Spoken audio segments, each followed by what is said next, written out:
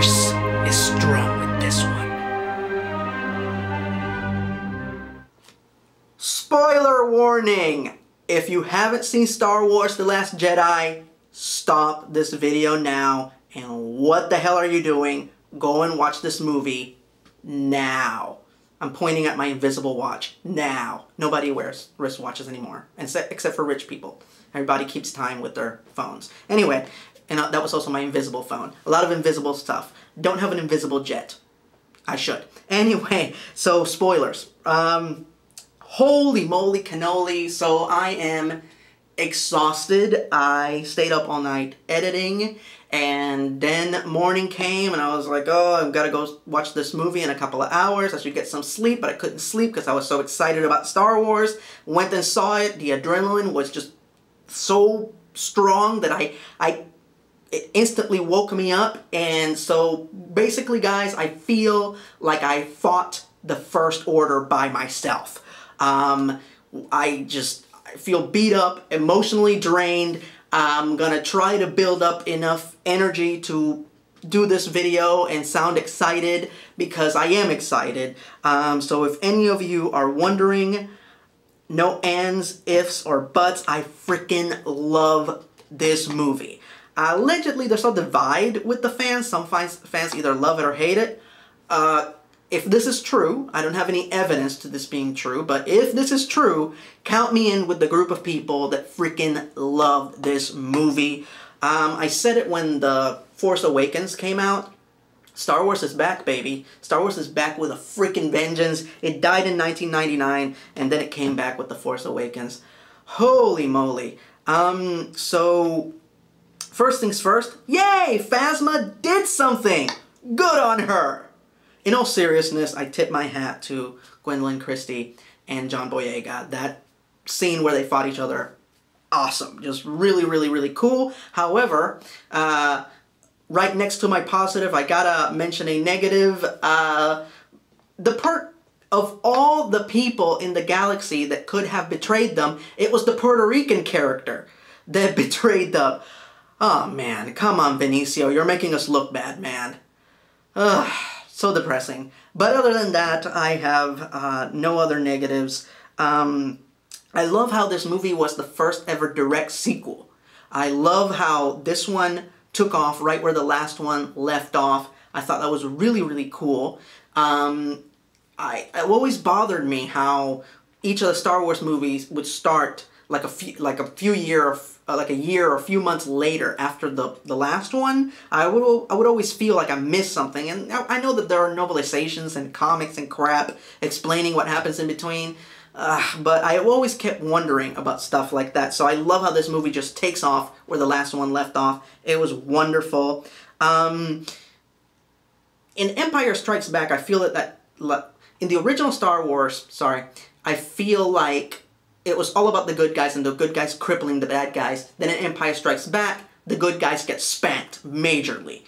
Here, I feel like both sides really got their asses kicked. Like, everybody walked away from the conflict this time around, like, with some major losses. So I thought that was really cool that they're now on very equal ground as far as the, not the rebellion, but the resistance, suffering some legitimate losses, as well as the First Order losing some major credibility on their side. So I thought that was cool. Also, all the war commentary that they made throughout, I thought was really cool. It was a little on the nose. It was very overt and in your face, but I appreciate it. I thought it was a nice little touch. So that was neat. I like the new characters. Even Benicio's character, I like it, even though I jokingly, complained about him earlier in this video. Especially Rose. What a great addition. And I'm glad that the last cute Asian girl in the galaxy survived at the end of the movie. That was wonderful. I never thought I would say this, but a character has replaced Han Solo as my favorite Star Wars character. From this point forward, and I can't believe I'm saying this, my favorite Star Wars character is officially Rey. just love this girl. She is magnificent. She brings so much to the table, and she's leading this franchise beautifully, and I love her character, and I love how her mission in this movie wasn't to defeat the Empire. It was to save Ben Solo. That's what she wanted to do, and I thought that was extremely cool. So, what is my favorite scene in the movie? Very easy. Luke Skywalker's last stand. That was one of the coolest. I know it's a lot of fan service. Don't give a shit. Ever since I was a little kid, I always wanted to see that. I always wanted to see Luke just unleash, just cut loose with his Jedi powers. Like, he's always been talked about like he's this amazing, all-powerful Jedi, and you never got to see him use his powers to their full extent. And here you saw it happen, and it was beyond awesome. I know it was fan service. I don't give a crap. We need to see Luke be awesome. Like I said during my E-Rant on The Force Awakens, to me, that moment at the end of that movie, when Rey climbs the mountain and holds out Luke's lightsaber to him, in my mind, like, what that scene was saying was, Mark Hamill, we need you to take this. We need you to take this, come back, and make Star Wars awesome again. And to me, that scene, his final battle with Kylo Ren and putting the First Order in their place, and showing just how ridiculously powerful he is, not just physically through the Force, but just by influence, just by people seeing him take a stand, was the payoff to that moment.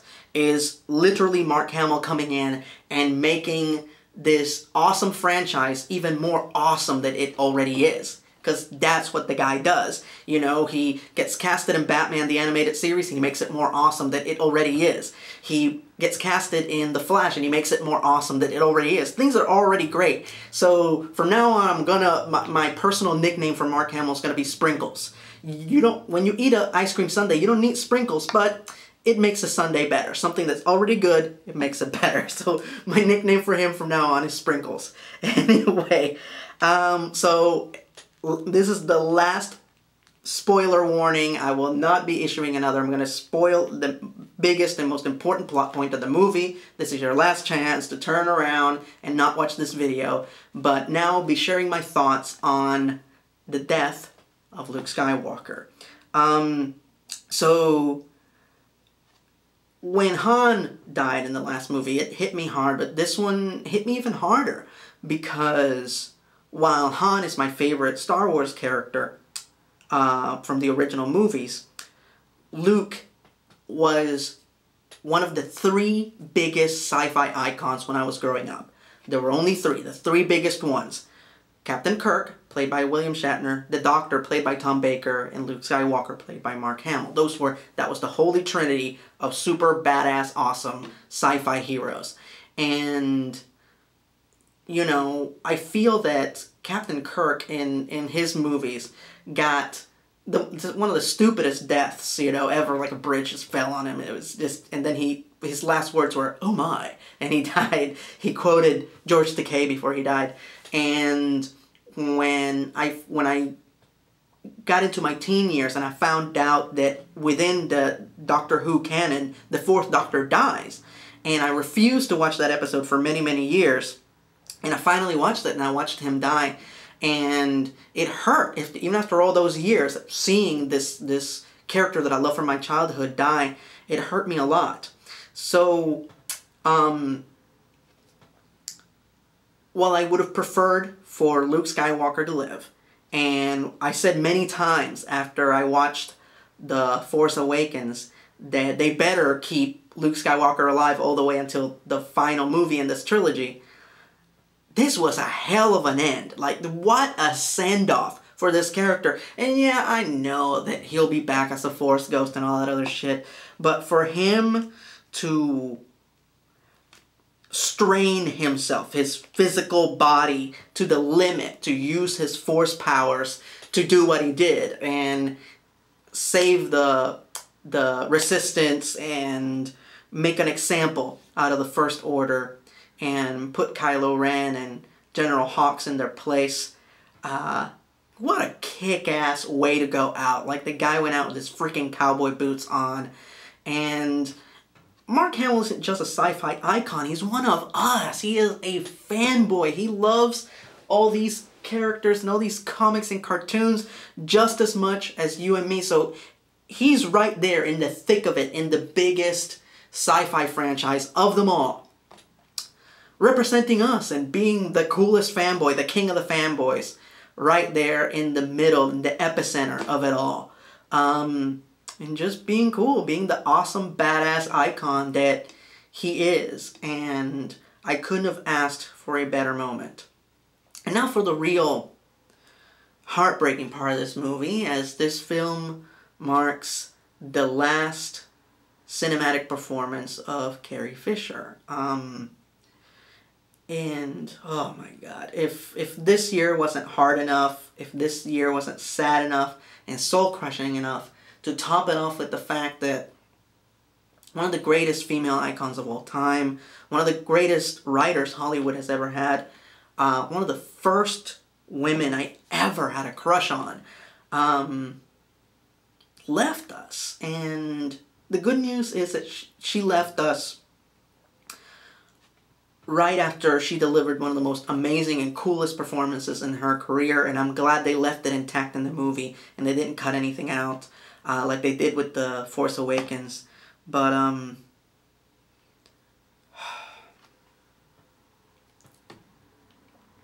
it really just it breaks my heart, but I'm glad we got to see her one last time as Princess Leia, and it was beautiful and awesome, and she was never more badass than she was in this movie.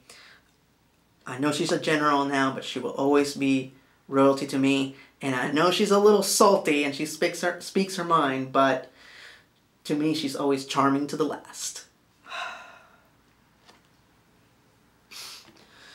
Whew. So, and now for less serious stuff. So obviously this movie's gonna do incredibly well. My ultimate hope, as most of you already know, is that I hope it finally beats Avatar and Titanic. I've no strong negative feelings about those movies, but they have been at the top way too long. James Cameron has been the king of the world for way too long. It's time somebody dethroned him, and I hope The Last Jedi is the one. Help us, Star Wars. You're our only hope. Sorry, I'm still trying to hold back the tears. As if I didn't cry enough during this movie. My god, these new Star Wars movies just yank the tears out of me, as opposed to the previous Star Wars movies, the prequel trilogy, would just yank the anger out of me. So, conflicting emotions. So, let's close this off by answering something you guys have asked me a lot. What do I think about the upcoming Han Solo movie? How do I feel about it? And how do I feel about Rian Johnson, the director of The Last Jedi, producing his own trilogy of original Star Wars movies? Han Solo, couldn't care less. I know that Ron Howard is directing it. He's one of the best directors of all time. I couldn't care less. I'm not excited about this movie. I honestly hope not to see it. And I honestly don't think that seeing a trailer to this movie is going to change my mind. On the flip side of that, the Rian Johnson Star Wars trilogy that they're allegedly producing, it feels like a bad idea, but Rian Johnson's one of my all-time favorite directors. He directed one of my all-time favorite films, Brick. So, for the time being, until I see a trailer, I'm going to give him the benefit of the doubt. But if I see the trailer and that doesn't get me excited, then I don't know what to tell you guys. So let's wait until then. So Han Solo, don't care. Rian Johnson, Star Wars trilogy, gonna give it a chance. There you go. So those are my thoughts, and the first and last time that I ever speak about openly and fully about Star Wars The Last Jedi. Feel free to voice your opinion in the comment section below, but as per usual, respect each other's opinions. Don't start fights. Thank you so much for watching, and may the Force be with you.